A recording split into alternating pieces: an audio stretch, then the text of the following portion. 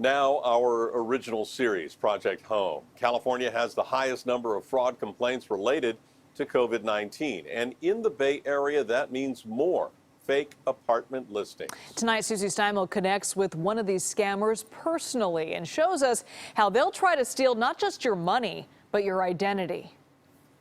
It's really hard to actually decipher between what's real and what's fake. When AJ Baxter found this 3-bedroom, 3-bathroom apartment listed for $19.25 a month in San Jose, he thought it was too good to be true and quickly found out he was right. And actually been running into quite a few different scams. So far this year, the FTC has received 18,235 reports of scams related to COVID-19.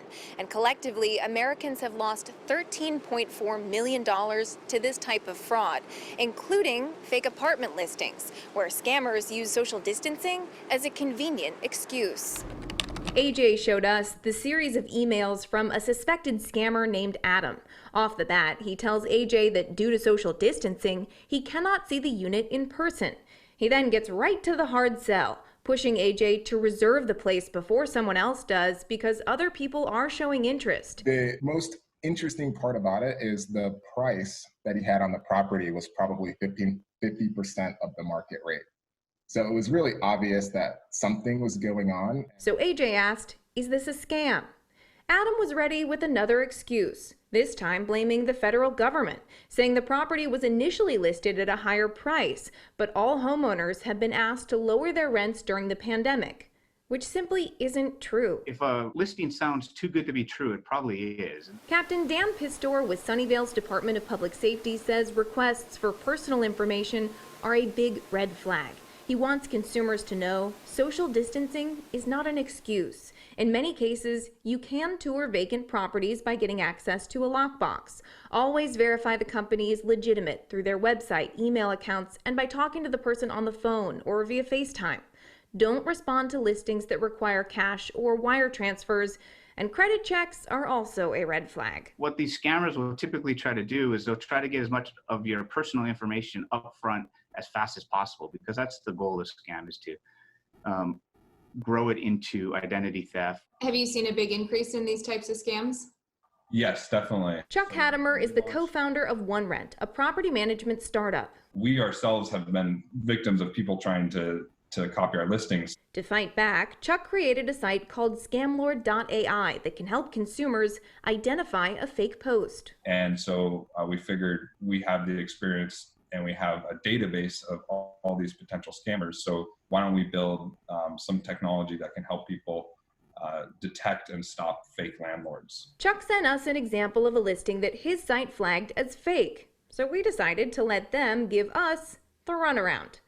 This 2-bedroom, 2-bathroom apartment in Sunnyvale is listed on Craigslist for an unrealistic $900 a month. When we inquired about the place, the lister told us he had moved to Spain and was now renting through Airbnb. He started asking us for personal information, like our WhatsApp number and a driver's license photo. Next, he told us, after forgetting to paste our name in what looks like a stock email, "Dear blank, unfortunately, it's not possible to see it prior to booking and payment. This is Airbnb policy," which isn't true. I'm just trying to figure out if the postings that I'm looking at are real or not. We tracked down the legitimate listing, Via Apartments, which rents this unit and others for upwards of $3,800 a month. After that, the Craigslist posting disappeared. It's awful. It's awful. I mean, the pandemic is hard enough itself. As for AJ, he's still searching for a place and struggling to trust online listings. Luckily, he backed out before things went too far, but he knows other renters are still getting duped right now. They didn't really take much from me except for my time.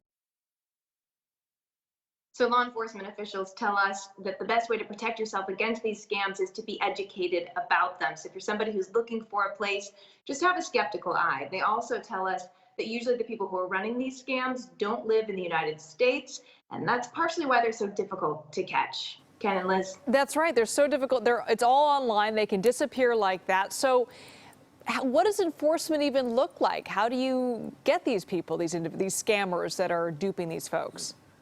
It's tough. And as you know, the FBI will investigate big cases of fraud. If they find a pattern, somebody that's taken a lot of money from somebody, but there's usually something going on for years and years for that to take place. If you're looking at what happened with AJ, it's much smaller. He didn't lose any money, and that posting was taken down. So that scammer might be an example of somebody who could easily get away. Yeah, too bad. Yeah. Number one rule, if it sounds too good to be true, it probably is. Anyway. Exactly. Thank you, Susie. Well, keep sending your stories and your ideas to Project Home at CBS.com and see all of Susie's reporting